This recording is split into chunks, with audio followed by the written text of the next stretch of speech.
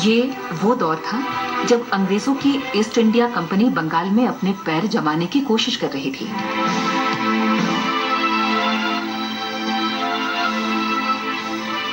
East India company ने अपनी पहली फैक्ट्री हुगली में कायम की और फिर हुगली से वो कोलकाता चले गए।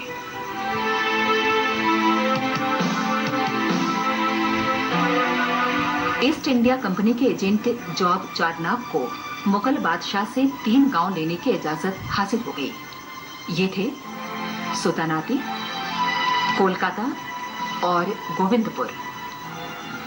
इसके लिए उसे स्थानीय जमींदार को सिर्फ 1200 रुपए सालाना देने थे।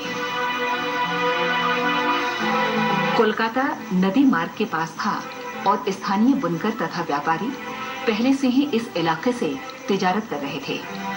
ये बात चारनॉक की नजरों में चढ़ गई और उसने पैर पसारते ब्रिटिश कारोबार के केंद्र के रूप में कोलकाता को चुन लिया। मुगल सम्राट की इजाजत से ईस्ट इंडिया कंपनी ने कोलकाता में कंपनी के कारोबार को संरक्षण देने के बहाने फोर्ट विलियम बना लिया। लेकिन कंपनी की लगातार बढ़ती कारोबारी दिलचस्पी और खासकर कंपनी के अधिकारियों द्वारा व्यापारिक रियायतों के दुरुपयोग जैसी घटनाओं से कंपनी और नवाबों के रिश्तों में खटास आने लगी। जब कारोबारी रियायतों की गलत इस्तेमाल से संबंधित शिकायत का कोई जवाब नहीं मिला, तो सिराजुद्दौला ने अचानक 1756 में फोर्ट विलियम पर हमला कर दिया।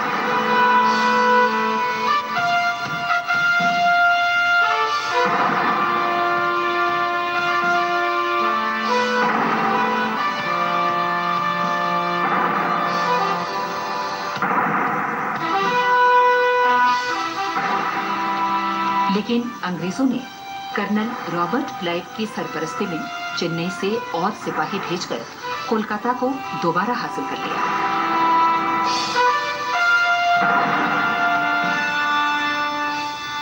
मगर बदकिस्मती से मुर्शिदाबाद में नवाब के दरबार में ही सिराजुद्दौला के तख्ता पलट का षड्यंत्र चल रहा था।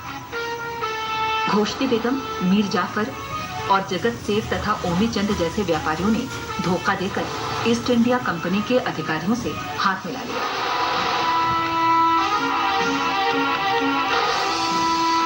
इस षड्यंत्र से बेखबर सिराजुद्दौला चंदन नगर के फ्रांसीसियों के साथ मिलकर अंग्रेजों को पछाड़ने की कोशिश में लगा था।